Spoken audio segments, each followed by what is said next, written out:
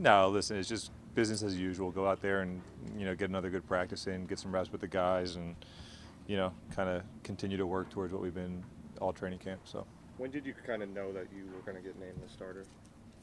When Kevin told me. I mean, I don't know. Like I said, you keep your head down and you just try to do your best. And felt like I was having a good camp with the reps that I was given, and that's all you can do. So I know you've done this a million times, but are there extra emotions attached to, now you're 40 and it's been a couple of years since you've been the week one guy for anybody? Yeah. I don't know if I was very emotional about it, but listen, you don't take for granted opportunities in this league, especially, to get one at this point in my career is definitely special. But like I said, it's pretty much business as usual and just kind of trying to get better. So. Is it your understanding you're the starter for the season or further notice? Well, we all know how that works. I mean, that's everybody in the league,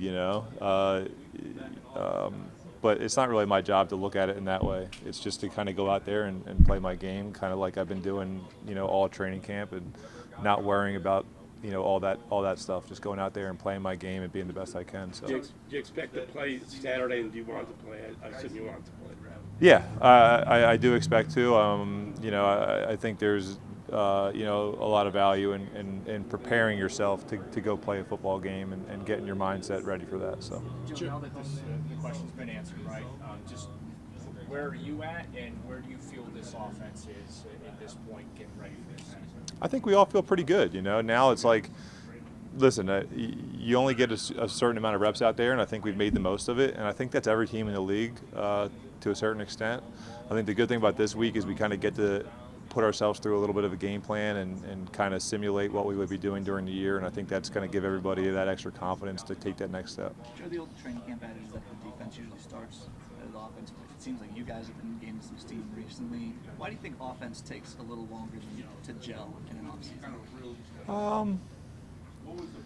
It's so tough to tell these days if that is actually the case, just because you're not out there with a ton of reps. But I mean, typically on offense, I'm sure defensive guys look at it exactly the opposite that we do. But on offense, one guy can mess up and it wrecks the whole play. On defense, one guy can be the only one to wreck the entire play. So it's kind of like, I think a lot of offensive guys at least view it opposite. I'm sure defensive guys would tell you differently, that they need to kind of play together as well. But it truly is a team sport for a reason. And on offense, everybody needs to be on top of all their shifts, all their motions, all their post-game, all their post-snap, changes and all that. And if one guy happens to be a little bit off, then the play doesn't work. And I think it's always it always takes a little bit of time to get all 11 guys operating on full cylinder, especially when you're rotating a bunch of guys in during training camp and you have a bunch of guys taking reps. It's just it just makes it even a little bit harder. Where are you from a physical standpoint? The last time we obviously saw you play here in Cleveland was 2 years ago, and the calendar was turned good since then, of course. So where does 40 find you, just in terms of arm strength, mobility, and energy, and all that kind of stuff? Yeah, I mean, I hope that I've shown some people that over the last couple of weeks that have watched the film and that we've been out there with. I feel as good as I ever have. You get tricked a little bit when you're in a locker room with all these guys. You just kind of assume you're in your 20s, and you keep telling yourself that. But I really do feel great. My arm feels just as good as ever. My legs feel really good right now to do the things that I'm going to have to do. So, I feel ready to go. Hey, Joe, would a 22-year-old Joe Flacco believe he'd be starting as a 40-year-old? I hope that he would believe it, yeah. If you told him, he'd probably be a little bit surprised that he's actually still playing at 40 years old. But I hope that he would believe it for sure. It's tough to go back, and in a lot of ways, you're probably a little bit more cocky as a 22-year-old than you are as a 40-year-old. So I've probably come down to earth and mellowed out a little bit on certain things, and yeah, my 22-year-old self I think would believe it for sure. You touched on this for one second, Tony. You're part of a small group now that's going to start as a quarterback in his 40s. How much pride do you take in that? Well, it's interesting, man. I think over the last, it's always one of those things that, like, I think as a football player you just want to play, but I think you got to give a lot of credit to obviously Tom for anybody even thinking about doing it. Obviously, there was guys before. You have, Warren Moon, and I talked about it a couple weeks ago, Vinny Testaverde, and other guys that have done it. But I mean, he pushed the boundaries like he did in absolutely everything. No surprise that he did it in that way as well. But I don't think it's necessarily something that I actively think about until people kind of remind me with texts and things like that, and you guys ask me about it. I don't think it's a huge deal right now, but I'm sure when I look back on it, it'll be pretty cool. Joe, you haven't practiced with Isaiah Bond yet, but his speed is well advertised. What does that 4.39 speed bring to the offense? Yeah, listen, I think anytime you bring that kind of speed to an offense, it can help a lot of things out. Run game, short passing game. I think when you have a guy like Jerry on the other side who can really, we have a lot of confidence can win against anybody, it makes it harder for defenses to kind of, maybe pay more attention to him and things like that. So, yeah, it can open up, all kinds of possibilities. We ask you all these questions about how's your arm feeling, how you doing physically. I feel like mentally it would be an advantage to be around longer. How much do you understand defense now as opposed to when you were 25, let's say? Yeah, listen, I think the thing that as you get in the league, no matter what position you are, the part of it that you deal with mentally that maybe is a little bit of a struggle, not an advantage, is that you got to fight like the boredom and the monotony of doing it for so long. I mean, we've all been playing football since we've been teenagers, and at some point we all will be done. So I think when you can kind of get into that 10-year area, there is a part of your brain that wants to make it, oh, I'm doing this again. And I think that I've been in a good position the last few years to kind of get over that mindset.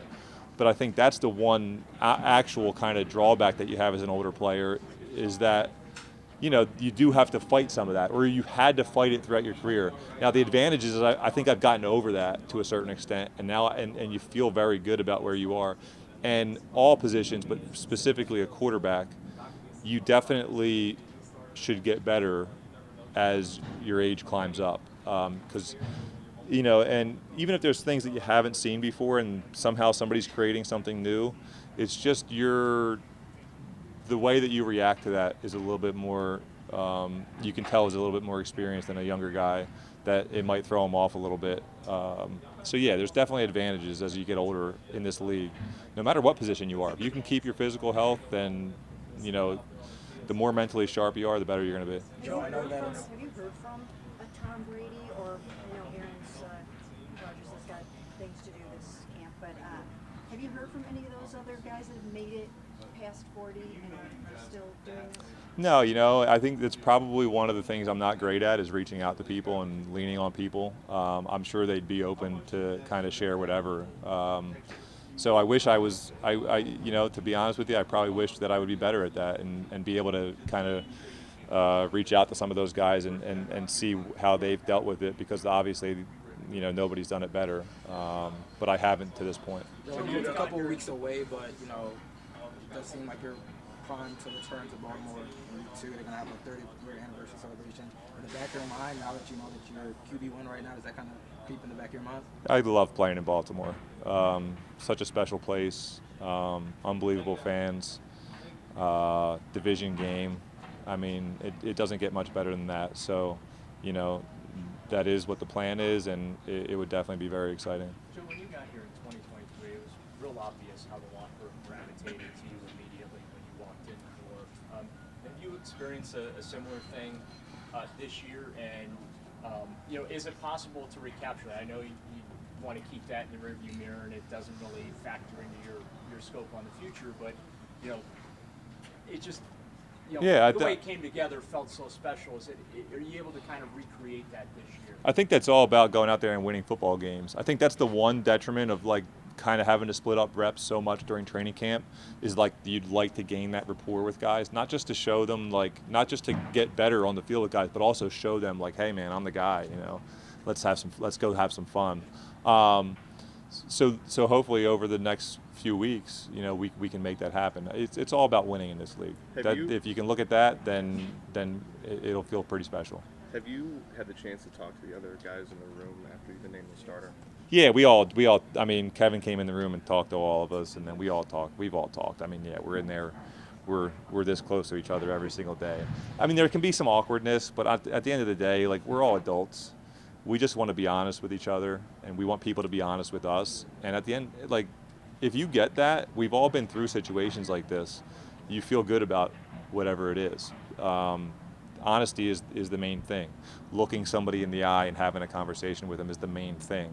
It doesn't mean you're going to be happy and all that with whatever has happened and going on, but I think that's all that any of us can ask for. So listen, the guys in that room are extremely professional, and we all know how to handle ourselves, and we're friendly, so it is what it is. What was your message to them? I didn't have a specific message, you just kind of like, you're just in there and you kind of address it, and then you go on as usual. Hey, Joe, I think you said that you've had pretty much the same routine forever. But as you got older, maybe in that second decade in the league, did you change anything? Did you add anything to stay fresh? Listen, I think developing a routine in this league is super important for many reasons, physically, mentally. Making sure that you stay in the moment, I think, is one of the biggest ones, is just kind of concentrating on what's important in that moment, not getting ahead of yourself. In terms of a physical aspect, like, I'm really lucky to be with my trainer and kind of like progress as the years have gone on, and a lot of the same things, but always doing something new and more exciting. I mean, a couple years ago, it's like when you're 12, 13, all through high school, like, I look back and I came to the realization, like, man, I was in really good shape because I was playing football, I was playing basketball, I was playing baseball, I was running around with my friends playing pickup games. Like, that's how you that's a big part of how you stay in shape. So it's like when we get to adults and you get into the work world, you stop doing that things. And it's not any, like, just because I'm out here running around on a football field every day, yeah, I'm a little bit active, but it's still only an hour and a half. Like, so I think I came to the realization, like, oh man, I got to get back to doing some of those things, like playing games and having fun and doing so, because you're just kind of out there doing it, and you are getting in shape, and you're moving laterally and forward and doing all those things just to kind of keep your body as active as possible. Is there anything that surprises you anymore? I don't know if I have a specific, but yeah, I can be surprised for sure. Since you left Just a couple more. The teams you've been with since your Baltimore career, it seems like 4 games in Cleveland stand out. Why do you think that is? Numbers-wise, wins? Well, listen, I think if you look back, like, to this roster, they've had a pretty talented team. I think specifically that year, I can attest to it. They had awesome guys up front, a good running back room, a good receiver room, really good defense. To win in this league, you need to have a team, and a coaching staff that's ready to go. And I think probably that Browns team more than any of the others were maybe just a little bit more in that zone where they were ready to win. I mean, I was on some other talented teams too, maybe a little bit younger and not quite ready to get over that hump yet. But When you talk about fighting off the boredom, did Shedeur bring a little bit of a different twist or spin to it? Because I just saw you guys laughing, so often, and did his presence kind of help keep things sort of light and fun for you this game? for sure, I mean, you're always looking for that. That's what being a part of a team is all about. Making those connections with guys, it puts us all in that better mindset. In order to play really well, you need to be in a great mindset. And I think, having those relationships and being able to laugh about certain things, but also get your work done is a big part of being successful.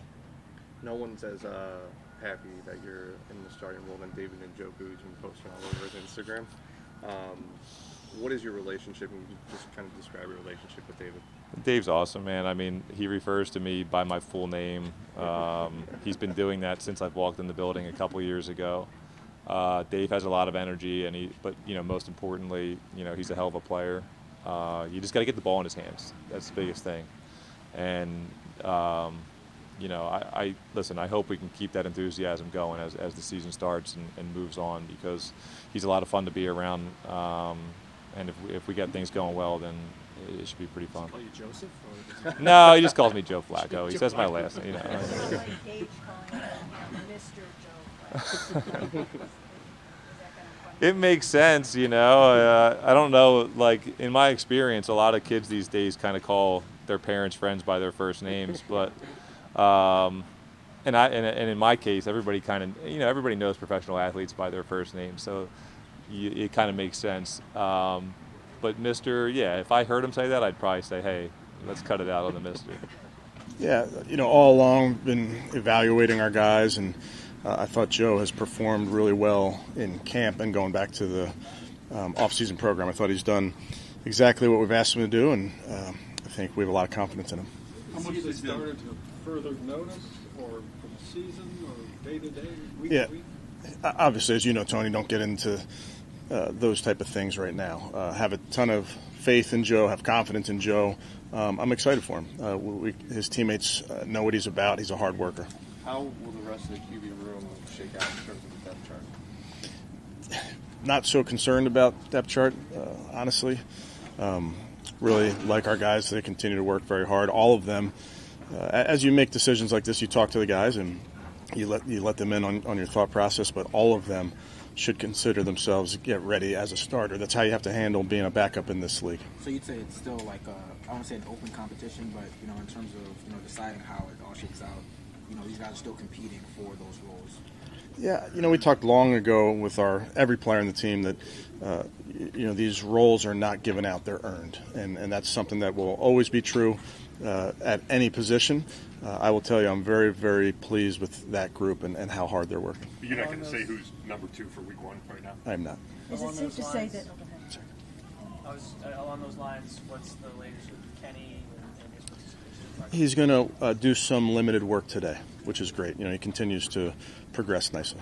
Is it safe to say that that Joe earned this job and it wasn't just by default because some of the other guys went down with injury? Yeah, he earned it, and I understand with the injuries how that may look. That's really not the case here. Joe performed really well both in practice, in the joint practices, in the meeting room, you name it, in the walkthrough. Just what he's able to bring to the football team, he's earned that role. Kevin, you said when you say Kenny's going to be limited in a limited role, does that mean more than just because he had been limited before? Is he going to get 11 on 11? He'll get some 11 on 11, yes. And what about Shador? Going to do a little bit less today, give him a break and see how it responds, and then see how he's feeling for tomorrow. Kevin, what is Isaiah Bond? What can he do to help your offense? Yeah, I think like any player that comes in, we need to get him up to speed, Jeff, and see where he fits in those type of things. But certainly he's got the right attitude, and we'll know more over the next couple of days. Joe was saying one of the challenges of him making it this long is like battling boredom sometimes, because he's been through so many different training camps. How do you keep a guy who seems so much engaged? Yeah, I was around Favre when he was 40 years old, and Brett used to call the meetings beatings. So, yeah, I think Joe's got the right attitude. There's a lot of minutia that goes into football. There's a lot of meetings that aren't so fun, and they're typically very early in the morning, so you better bring your cup of coffee with you. But Joe does a really nice job of not getting bored and making sure that he's on point with all of the line calls, whether it's protection or run game. And on the flip side, when the bullets fly when you guys start playing, how can it help you guys to have somebody who has seen so many different looks throughout his career? Yeah, obviously there's value in experience, and that's something that Joe has a ton of experience as a starter, as a backup, in different systems, going against different schemes. So he'll certainly lean on that experience, and we will as well. Kevin, Joe understands the long-term quarterback situation here better than anybody, and not a knock on the young guys, and Kenny was obviously hurt. But how important is it to have the season start with a quarterback that the guys believe in, that they know gives them the best chance to win? Yeah, honestly, Tom, I do think the guys believe in Joe, but I want to give credit to that entire group. I think those guys are working very, very hard. We have a standard for that position, regardless of who's in there. Practice, games, how we operate, what we believe in. We have a very, very high standard. Obviously, Joe, having done it at a high level, has done it here as well. That lends itself to confidence in himself and confidence from his teammates. Joe said he expects to play. Do you know how long your starters will play? Let me get through the next couple of days. I'll talk to you guys on whatever day that is, Thursday. Our Friday, Tony. I know you guys have talked about being happy with the rookies and how they've progressed. So with Joe being named the starter, I guess what's important for them now going forward? Yeah, rookie development never ends, and player development never ends. And I've told you guys before, we're obsessive about that, and especially at that quarterback position, but at all positions. So those guys will constantly be working and constantly be taking advantage of all the resources in this building. And going back to the original point with Joe, they're in every meeting, and they need to prepare to start. That's what you have to do as a backup, certainly backup quarterback, backup anything. You have to stay ready so you don't have to get ready. Kevin, when you go through something, you went through 23. In 23, you had Deshaun and then DTR, a rookie as a backup. How much did what you went through there? Can it color your decision on Kenny, a veteran backup compared to a guy like Dylan or Shador as your I would tell you every year is different. Every player is different. So we'll make decisions on those type of things when appropriate. But every year is different. Kevin, what's the message with Isaiah coming in now at this point of camp, and also coming with what he had to go through this offseason before getting here? Just what are you telling him as he walks in the door, as far as what you expect of him and what you need to see? Yeah, I think with any young player, as you add them to your team, it's the same conversation, Daryl, that happened for a lot of guys back in April. But it's about earning a role. It's about earning the trust of your teammates and your coaches, and he understands that and is ready to get going. What has Tommy Reese shared with you about Isaiah Bond? Yeah, as you can imagine, Mary Kay wouldn't get into too much specifics, but we, with any player, we want to make sure we talk to everybody we can and find out about the person as much as the football player. And obviously Tommy was together with Isaiah down there in Alabama. It seems like you've run more end-arounds and jet sweeps this camp and maybe the preseason. Would you agree with that, or do you think it's the same as it has? I would assume it's the same as it's been. Yeah, I would. Coach, you were asked about the possibility of keeping 4 quarterbacks on this roster Sunday. Mm-hmm. And you said that you'd love to keep everyone, but it's just not realistic. Are you guys still eyeing a plan of perhaps? Yeah, when I said that, I mean I'd like to keep 90 guys on the roster. I don't think that's possible nor realistic. When it comes to every position, everything's up for determination over the next couple of days. So it is still realistic to keep 4 quarterbacks? Everything's realistic other than keeping 90 on the final roster. Roger won't allow that. Bond's speed is well advertised. What does that mean for your offense when he gets up to speed? No pun intended. Yeah, been around guys with world-class speed before. I can still remember Coach Zimmer talking about it with defensive backs. Defensive backs respond to speed. When they have a guy across them that can run by them, they respond to it. So we, as coaches, want to utilize the speed of a player, whether he's a receiver, tight end, you name it. We want to utilize that to our advantage and put that player in position where he can run by defenders, give them the threat of running by defenders. So that's something that we have to do a really good job of utilizing in this offense. Kevin, you guys were really excited about Kenny Pickett, talking him up a lot at the owners' meetings and whatnot. And he had a really nice first 4 days. Would you say it's accurate to say that he had a very legitimate chance to come in here and try to win this? Yeah, I'm still excited about Kenny, the player, the person. I've been around him now, Mary Kay, for many months, and I know what he's about. I know how he was performing. The injury was unfortunate, but it hasn't stopped him from being engaged. It hasn't stopped him from knowing exactly what's going on day-to-day basis. He's getting as much work as he can right now, but he has performed really, really well. Kevin, going back to the development part, how beneficial is it for the young guys, Dylan and Shador, to be able to start the season and go into it with a guy like Joe Flacco, who's obviously done this for a while and has the mindset of leading by example rather than just being like that vocal guy? I think it's an interesting question. I think it's we talk a lot about leadership, and then there's followership, and it's our job as coaches, sometimes our job as players, to be good followers and be able to listen and be able to take in how someone is setting the example. Maybe not by, like you said, okay, I'm maybe not being very vocal. So whether it's Joe or anybody else, it's our job, certainly as players and young guys especially, to be really good watchers, really good listeners, and observe as we start this career for these young players. Is it possible that your active number 2 quarterback would change from week to week, or would you like to avoid that? Yeah, I can't get into too many hypotheticals. Sorry. Coach, through 2 games, the defense has allowed 16 points, allowed only 88 yards to the Eagles. Kind of what have you liked from them, in practice in these games and from the depth that you guys have? Really pleased with our defense's performance in practice and the games. But in the games, I think you see our personality. I think you see the speed to the ball. I think you see guys playing hard, playing physical.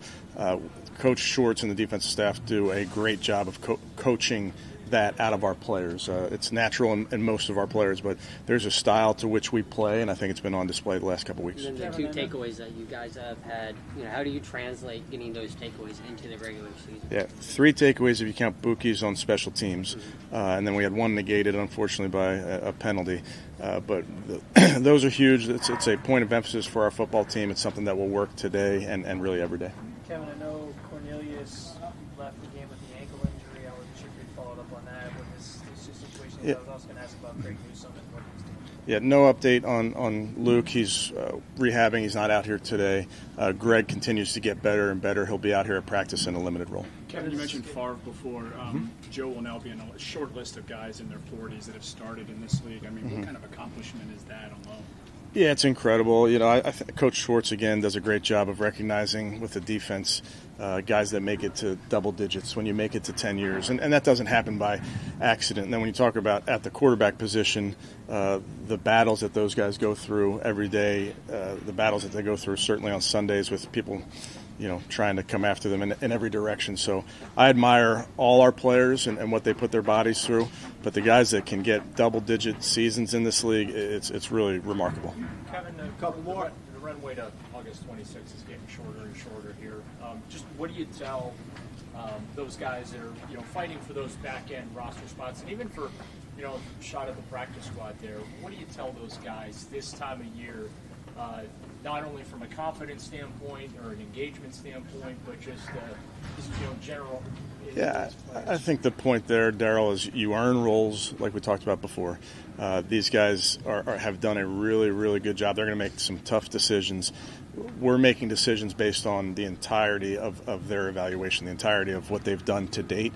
So you don't want to, quote-unquote, press for young players. You want to just keep continuing to do what you've been doing on a day-to-day basis. When you went back and watched the film of Dylan, and maybe you didn't have those giveaways in your head so prominently, did you feel maybe even better just about his operation of the whole thing, and could you have been any happier with your 2 rookies and their 2 starts? Well, I think, again, we're pleased with the progress of our young players. Dylan and Shador are going to make plays in games, and then we want to teach off the plays that aren't exactly how we want them. So that's with young players at the quarterback position or otherwise, you're going to make mistakes. You're going to have the wrong read, or you're going to have the wrong footwork, or whatever it is, and then it's our job as coaches to get those corrected. So I'm really pleased with where those guys are and understand that they will continue to get better. Kevin, go on. Joe said that he brought all the quarterbacks into the room to tell them that Joe was going to be the starter. How do you feel like that went? You'd have to ask them. I thought I was pretty good, but not sure.